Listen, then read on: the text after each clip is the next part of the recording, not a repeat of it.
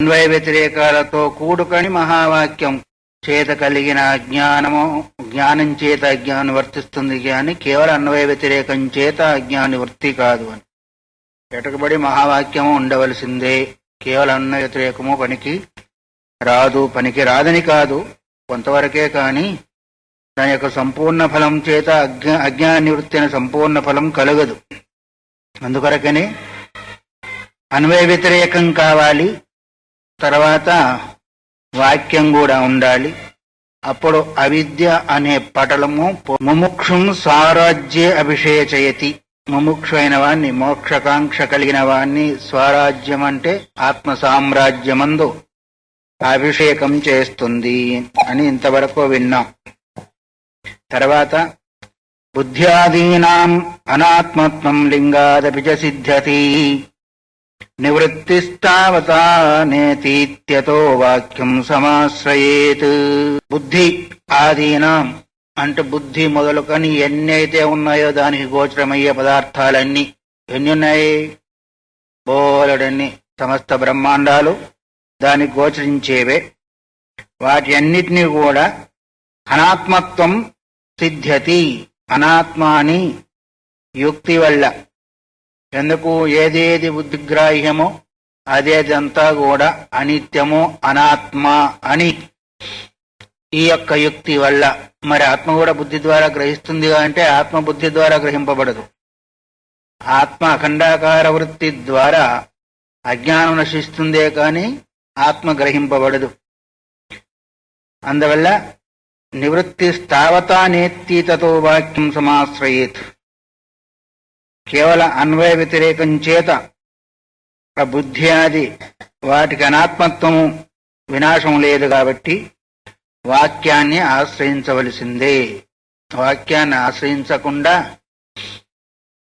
అజ్ఞాన నాశం అయ్యే అవకాశము లేదు. సరే, ఇప్పుడు మనం ఇంతవరకు ఏం చెప్పుకున్నాము? సమస్త బ్రహ్మాండాలు బుద్ధిగోచరం, ఆత్మ మాత్రం బుద్ధిగోచరం కాదు. యతో వాచో నివర్తంతి అప్రాప్య మనసా సహా. మనస్సన్న బుద్ధి అని ఒకటే అనుకుంటున్నాం కదా.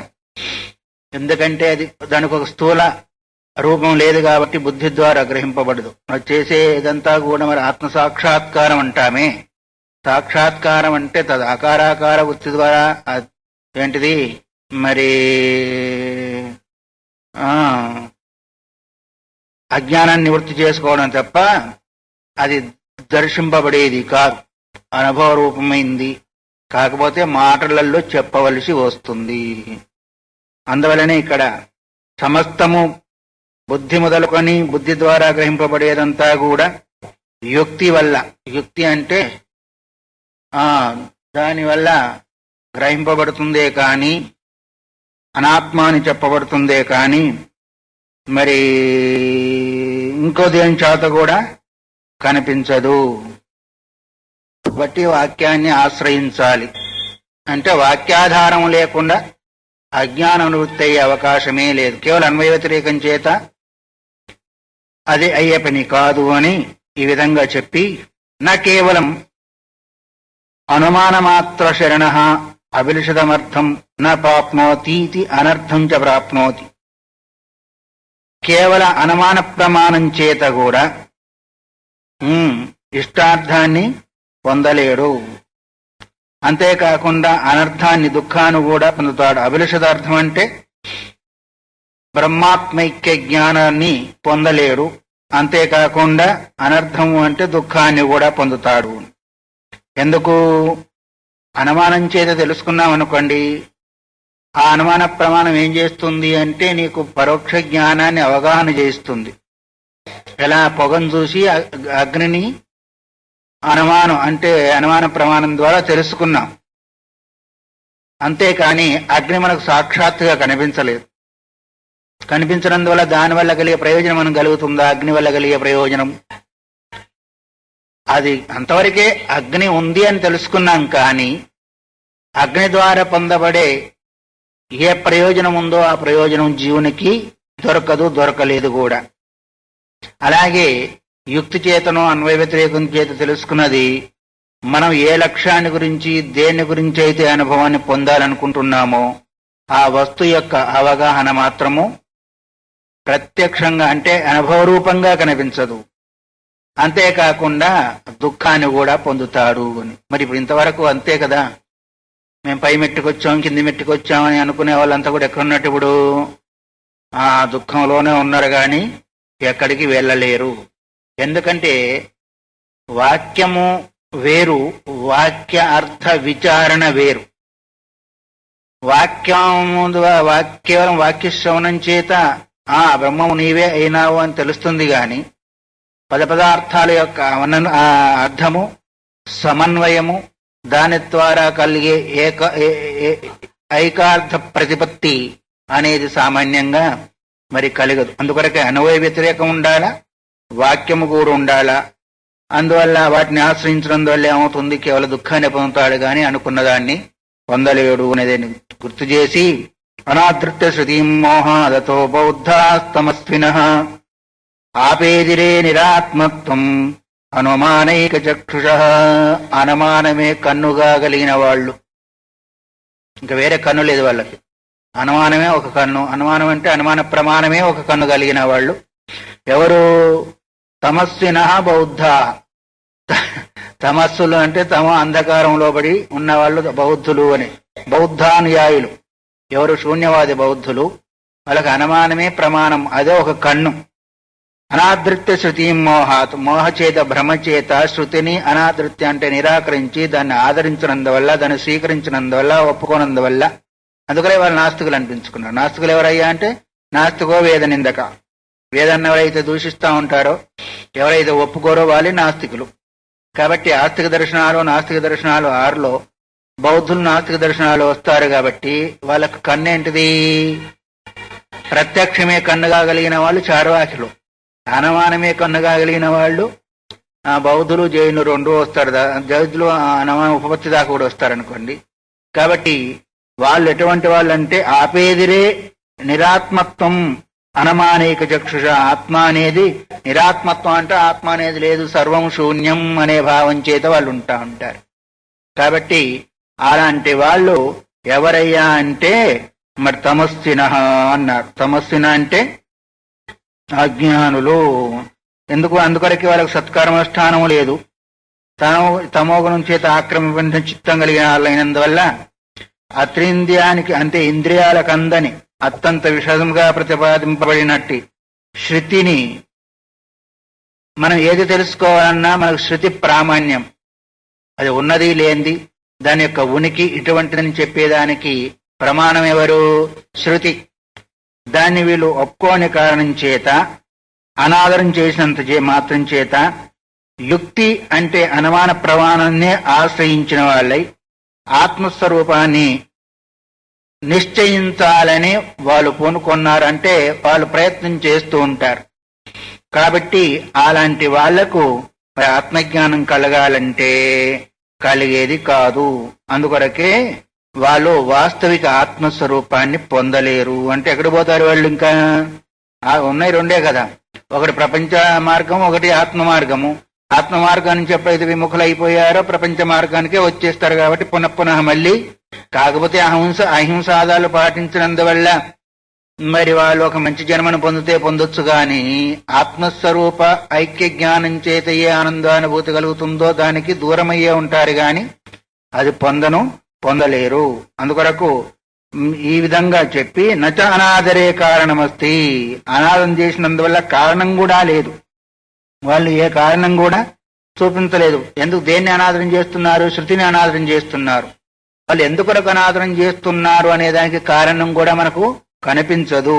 ఎలాగంటారా అంటే యస్మాత్ సర్వత్రైవానాదర నిమిత్తం ప్రమాణస్య ప్రమాణాంతర ప్రతిపన్న ప్రతిపాదనం వా విపరీత ప్రతిపాదనం వా సంశయిత ప్రతిపాదనం వా నవా ప్రతిపాదనమితి నైషాం అన్యతమదపి కారణమస్తి.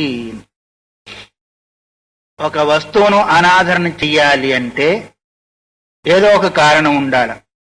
ఇప్పుడు మనకు నేను ఈ వస్తువును తినను అన్నాం అనుకోండి, ఎందుకండి అని ప్రశ్న వస్తుందా లేదా? అంటే నాకు ఆరోగ్యానికి పడదనో, దీనివల్ల ఇంకోటనో, ఎలర్జనో ఏదో ఒకటి కారణం చెప్తాం. ఆత్మని కాదు, వేదాన్ని శృతిని ఒప్పుకోకపోయేదాని కొరకు కారణం ఏదైనా ఉండాలి. ఆ కారణాలు 4 చెప్తూ ఉన్నారు. ఎందుకు అంటే యస్మాత్ సర్వత్రైవ అనాదర నిమిత్తం. సర్వత్రా అంటే లోకంలో కావచ్చు, వేదంలో కావచ్చు. అనాదరం చేసేదానికి నిమిత్తము అంటే కారణం ఒకటి ఉండాలి. ఆ కారణం ఎన్ని రకాలుగా ఉంటుంది చెప్తాం. ప్రమాణస్య ప్రమాణాంతర ప్రతిపన్న. ఒక ప్రమాణము ఇంకొక ప్రమాణం ద్వారా ప్రతిపాదింపబడేది ఒకటి. తర్వాత విరుద్ధమైన అర్థాన్ని ప్రతిపాదించేది ఒకటి. 2 కారణాలైనయా? అర్థమవుతుందా? ప్రమాణము ఇంకో ప్రమాణాంతరం చేత సాధ్యమయ్యేది ఒక కారణం. తర్వాత 2వ కారణం ఏంటిది? విరుద్ధమైన అర్థాన్ని బోధించేది ఒక కారణం. 3వది ఏంటిది? సందిగ్ధార్థాన్ని ప్రతిపాదించేది ఒక కారణం. తర్వాత 4వది ఏంటిది అంటే ఏ అర్థాన్ని ప్రతిపాదించాలో దాన్ని ప్రతిపాదించకుండా ఇంకొక దాన్ని ప్రతిపాదించాలి. ఇవి 4 కారణాలు అన్నారు. కాబట్టి ఈ 4 కారణాలు అందులో మనం ఉదాహరణంగా చెప్పుకోవాలంటే ప్రమాణం చేత ప్రతిపాదింపబడకుండా ఎట్లాగా అంటే ఆ చెట్టు కింద 4 మామిడి పండ్లు ఉన్నాయి అన్నారనుకోండి. ఇప్పుడు దేనివల్ల తెలిసింది? శబ్ద ప్రమాణం వల్ల తెలిసింది. ఆ శబ్ద ప్రమాణం వల్ల నీకు వస్తువు యొక్క ఉనికి తెలిసిందే కానీ అది ఉన్నదా లేదా నీకు తెలియలేదు.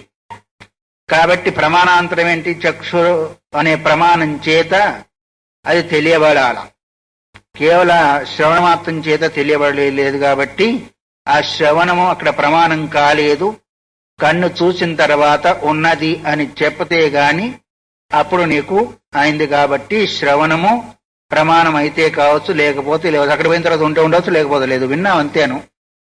అంతేకాని అయితే కన్ను చూసి చెప్పేంత వరకు ఇదమిత్తమని నిర్ణయం చేసే అవకాశము లేదు. ఇగో ఇది మొదటి కారణం.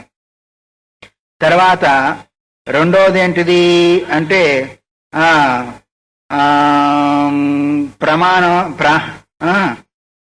ప్రమాణస్య ప్రమాణాంతర ప్రతిపన్నం. ఇది అయిపోయింది కదా. విపరీత ప్రతిపాదనం అన్నారు. 2వది ఏంటిది? ప్రమాణాంతరానికి విపరీతం అంటే విరుద్ధమైన ప్రతిపాదన. విరుద్ధ ప్రతిపాదన ఏంటి అంటే నీళ్ళల్లోనో సొరకాయ బుర్రలు మునిగిపోతున్నాయి, రాళ్ళు తేలుతున్నాయి అన్నారు అనుకోండి. ఎవరు నీళ్ళల్లో సొరకాయ బుర్రలో మునిగిపోతున్నాయి, రాళ్ళు తేలాడుతా ఉన్నాయి చూడండి అన్నారు ఒకడు. కాబట్టి ఇదేంటిది అంటే విరుద్ధ ప్రమాణం ఇది.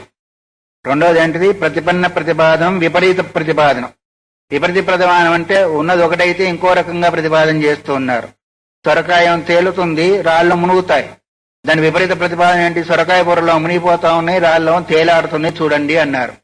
కాబట్టి ఇక్కడ కూడా మనకు ఇలా చెప్పినట్టే ఇది కూడా ప్రమాణము కాదు. అందువల్ల ఇంకొకటి ఏంటిది? 3వది ఏంటిది? సంశయ ప్రమాణ విపరీత ప్రతిపాదనం, సంశయిత ప్రతిపాదనం. సంశయిత ప్రధానం అంటే సందిగ్ధావస్థగా ఉండేది. స్థానురువా పురుషోవా, ఇది స్థానవా లేకపోతే మనిషా అనేది, ఇది మోడా లేకపోతే మనిషా అనేది ఏంటిది? ఇది కూడా సందిగ్ధాన్ని తెలిపేది. కాబట్టి ఇలాంటి విషయాన్ని బోధించేది కూడా అది ప్రతిపాదనకు రాదు. కాబట్టి ఇంకోటి 4వది ఏంటిది అంటే అర్థశూన్యమైంది. అర్థశూన్యమైంది అంటే ప్రతిపాదనమితి అర్థశూన్యమైంది. 4వది ఏ అర్థాన్ని ప్రతిపాదించకపోవట. ఏది చెప్పినందువల్ల ఏ అర్థం కూడా ప్రతిపాదన రాదు. ఎట్లాగంటే శంఖనాదం, భేరీనాదం.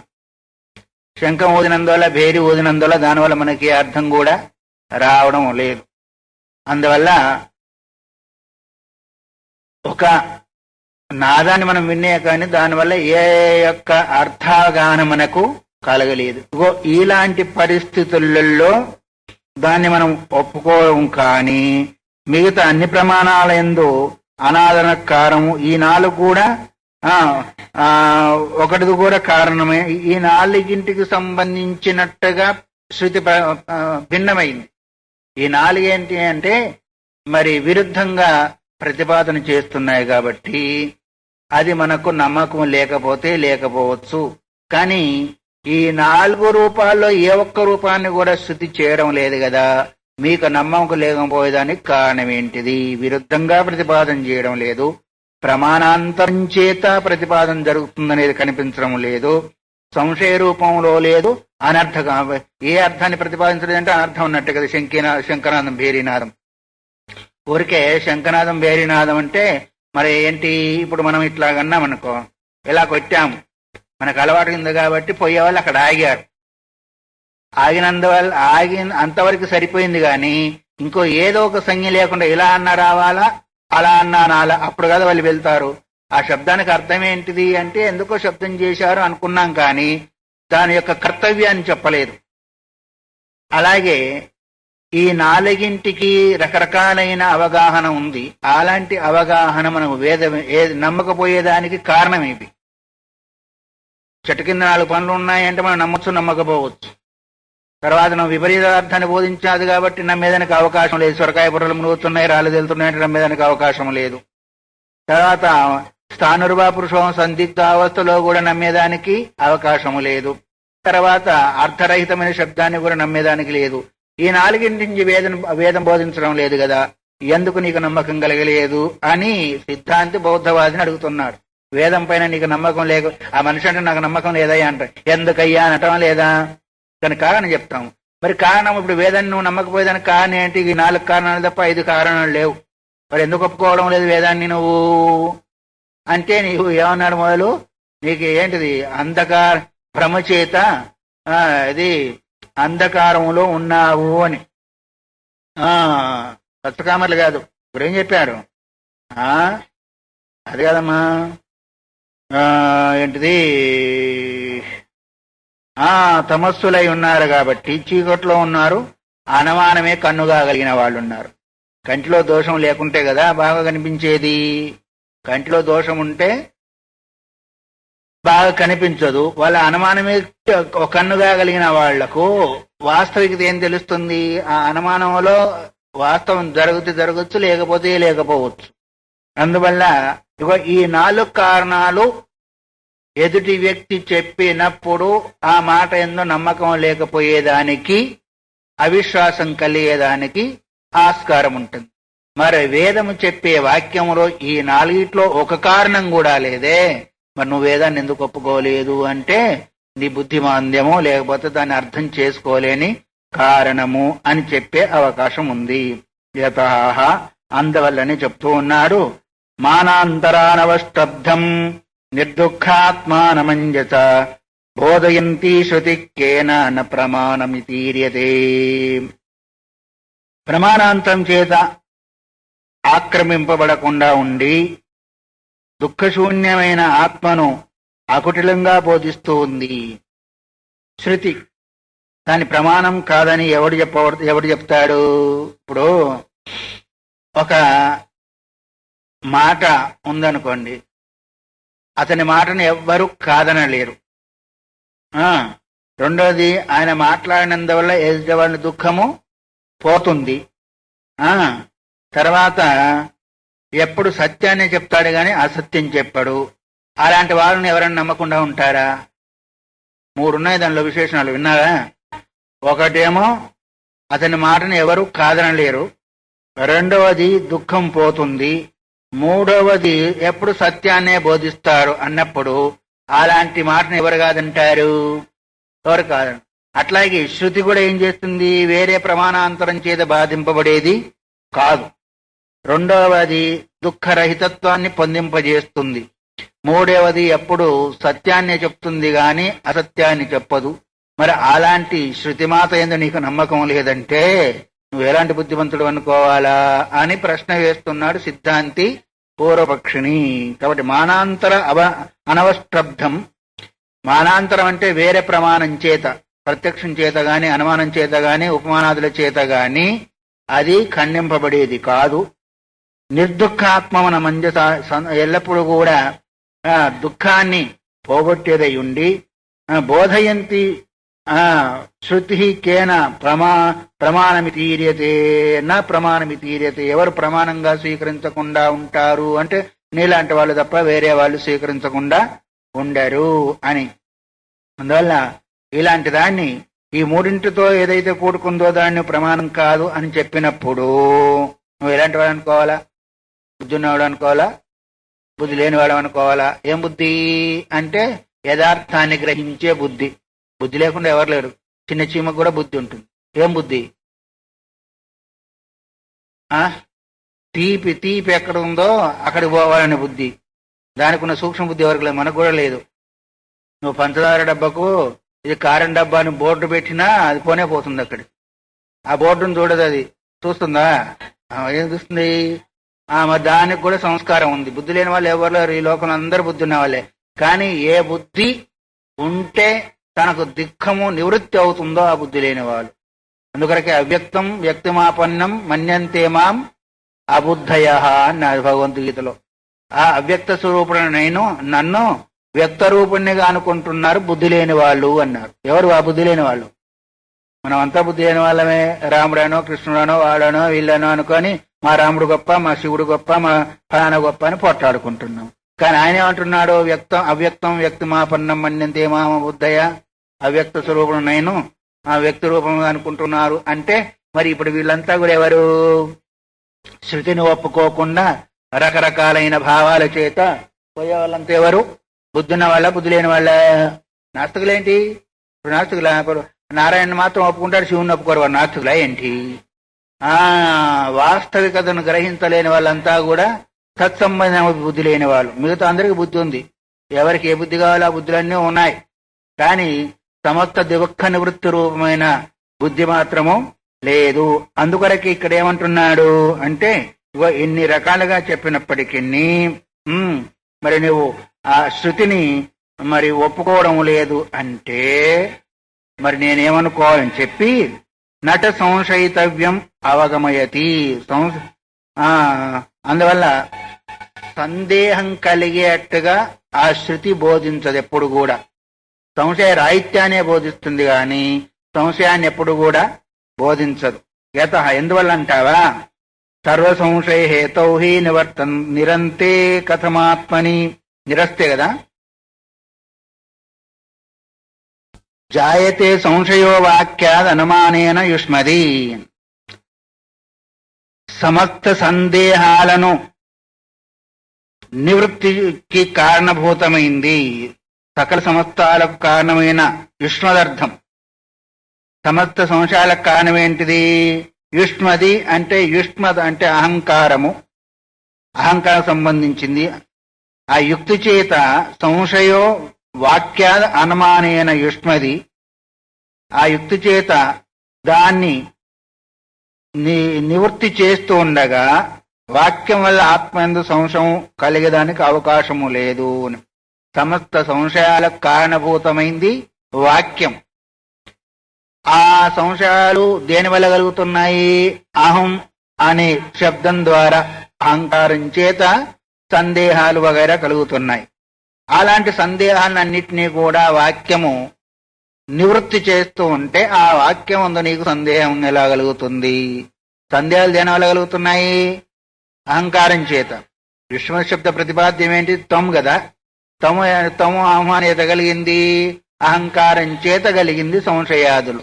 ఆ అహంకారాన్నే నివృత్తి చేసే మహావాక్యం పైన నీకు సందేహం కలిగింది అంటే రోగాన్ని మందు పోగొట్టింది. ఆ మందుపైనే సందేహం కలుగుతుంది అంటే ఇంక అర్థం ఏంటి? అర్థం ఉందా లేదా? రోగాన్ని మందు పోగొడుతూ ఉంది, ఆ మందుపైనే సందేహం ఉంటే ఇంకా రోగం ఎట్లా పోతుంది? అట్లా అహంకార సందేహాలను కలిగించేది అహంకారము.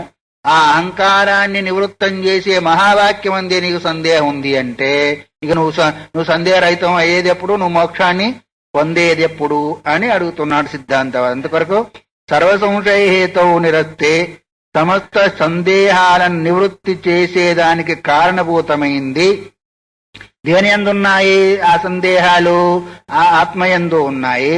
అందువల్ల జాయతే సంశయ వాక్యాదు అనుమానేన యుష్మది. అలాంటి వాక్యమందే నీకు సంశయం కలుగుతుంది అంటే ఇంకా నీకు చెప్పేవారు ఎవరు కూడా లభించరు. అంతేకాకుండా ఎత్ర స్యాత్ సంశయో నాసౌ జ్ఞేయ ఆత్మేతి పండితై. నా యత సంశయ ప్రాప్తిం తన్మనో అవగతిత్వతః. ఎత్ర స్యాత్ సంశయ, ఎక్కడైతే సంశయం ఉంటుందో, నా సౌజ్ఞే ఆత్మేతి పండితై, అది ఆత్మ కాదు అని పండితులందరూ కూడా చెప్తూ ఉన్నారు. ఎక్కడెక్కడ సందేహం ఉంటుందో అది ఆత్మ కాదు అని పండితులు అంటే ఎవరు? పండిత అంటే వివేకం కలిగిన వాళ్ళు. పండితులు అంటే శతశ్లోకి పండిత కాదు, బాగా అనర్గళంగా ఉపన్యాసం చెప్పేవాళ్ళు కాదు. సదసద్ వివేచని బుద్ధి పండా తదస్యాసిత్ పండిత. సదసద్ వివేకం కలిగిన దాన్ని పండ అంటారు. అది కలిగి ఉన్న వాళ్ళను పండితులు అంటారు. అంటే వివేకం కలిగిన వాళ్ళు, నిత్యానిత్య సత్యాసత్య వస్తు వివేకం కలిగిన వాళ్ళ ద్వారా ఎక్కడైతే సందేహం ఉంటుందో అది కాదు అని. ఎందువల్ల అంటే ఆత్మ జ్ఞాన స్వరూపం కాబట్టి సంశయంతో సంబంధం ఉండదు. ఇప్పుడు చీకటి ఎక్కడ ఉంటుందో అక్కడ వస్తువు ఉందా లేదా అనేది అనుకుంటాం గాని అక్కడ వెళ్తూనే ఉంటే వస్తువు ఉందా లేదా అనుకుంటామా? అనుకోము. మరి ఆత్మ జ్ఞాన స్వరూపుడై దేదీప్యమానంగా ప్రకాశిస్తూ ఉంటే అక్కడ ఉందా లేదా అని ఎక్కడ అనుకుంటాము? అందువల్లనే ఇక్కడ ఎక్కడైతే సంశయం ఉంటుందో, సంశయం ఉన్నది, సంశయం కలిగింది ఆత్మ కాదు. సందేహరహితం ఎక్కడైతే ఒకటి ఈ శరీరంలో నేను ఉన్నా లేనానికి ఏమైనా సందేహం కలుగుతుందా? ఎందుకంటే ఆయన అహం అహం అహం అనే భావం చేత ఎప్పుడూ ఆ ప్రకాశం కలుగుతూనే ఉంది. అటువంటప్పుడు ఈ శరీరం నేనా కాదా అదే సందేహం ఉంటుందా లేదా? ఉంటే ఇక్కడ సందేహం ఉందా ఆత్మ కాదంటే? నేను ఉన్నా లేని సందేహం కలుగుతుంది ఎవరికన్నా? కానీ సందేహం లేదు కాబట్టి అది అనాత్మ కాదు. ఇక ప్రతి చోట కూడా నీకు కలుగుతూ ఉంటుంది. అదొక్కటి తప్ప మిగతా చోట్లంతా కూడా అవునా కాదా అని సందేహం కలగానే కలుగుతుంటుంది. కాబట్టి ఎక్కడెక్కడ సందేహం ఉంటుందో అక్కడక్కడ అనాత్మ అంటారు. మరి నీపై నీకు సందేహం కలుగుతుందా చెప్పు అని ఒకవేళ అడిగితే, సందేహం ఉన్నా లేదా అని ఒక సందేహం కలిగితే నువ్వు బుద్ధివంతుడు అన్నట్టే. ఈ శరీరం నేను ఉన్నా లేదా అని ఫలాని వాడు ఉన్నా లేదా అంటే మనకు సందేహం కలగవచ్చు. కానీ నువ్వు ఉన్నా లేనా అంటే నేను లేనని ఎవడని చెప్తాడా? ఉన్నా అంటాడు కానీ లేనని ఎవడు మాత్రము చెప్పలేడు. అందువల్ల ఎక్కడెక్కడ సందేహమో అక్కడక్కడ అనాత్మ వస్తువు, ఎక్కడ సందేహ రాహిత్యమో అక్కడ ఆత్మ అని చెప్తూ ఎవరు చెప్పారు? పండితులు చెప్పారు. కాబట్టి మరి నువ్వు ఆత్మ విషయంలో కూడా సందేహిస్తున్నావంటే నీది ఎంతటి ప్రకాండమైన బుద్ధో మాకు అర్థమవుతుంది అని ముట్టికాయ లేఖనే వేస్తున్నాడు సిద్ధాంతి. ముట్టికాయలంటే నీకు తెలుసా? సరే. అనవబోధకత్వం తు దూరోచ్చారిత ఏవ. అనవబోధితత్వం అంటే అర్థమేమి? అది నీ శబ్దం మా వాక్యం ద్వారా ఏది అవగాహనకు రాదు అని ఒకవేళ అంటావేమో. ఎట్లాగా?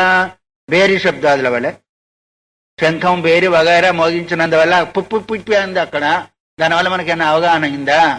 ఏం రాలేదు. అట్లాగే ఇక్కడ కూడా ఏది అనవబోధకత్వంతో ఆ మహావాక్యం మేం కాదన్నాం. ఎందుకంటే మాకు బోధ కలుగుతుంది అనమాట. అంటే దానివల్ల ఏం బోధ కలగలేదంటే ఇంకేం చెప్పాలా? అందువల్ల దీనివల్ల ఏం తెలుస్తుంది అంటే అన్నిటిని ఇప్పుడు 4 సందేహాలు ఏదైతే చెప్పుకుంటూ వచ్చాయో అవన్నీ కూడా ఒక్కొక్కటి నిరాకరణ చేసుకుంటూ వచ్చారు. మొదటి దాంట్లో చెప్పారు చూడండి, ఇట్లా ఉండాలనే ఉద్దేశం చేత దాన్ని 4టిని ఇప్పుడు ఈ 4 రకాలుగా నిరాకరణ చేసుకుంటూ వచ్చారు. అందువల్ల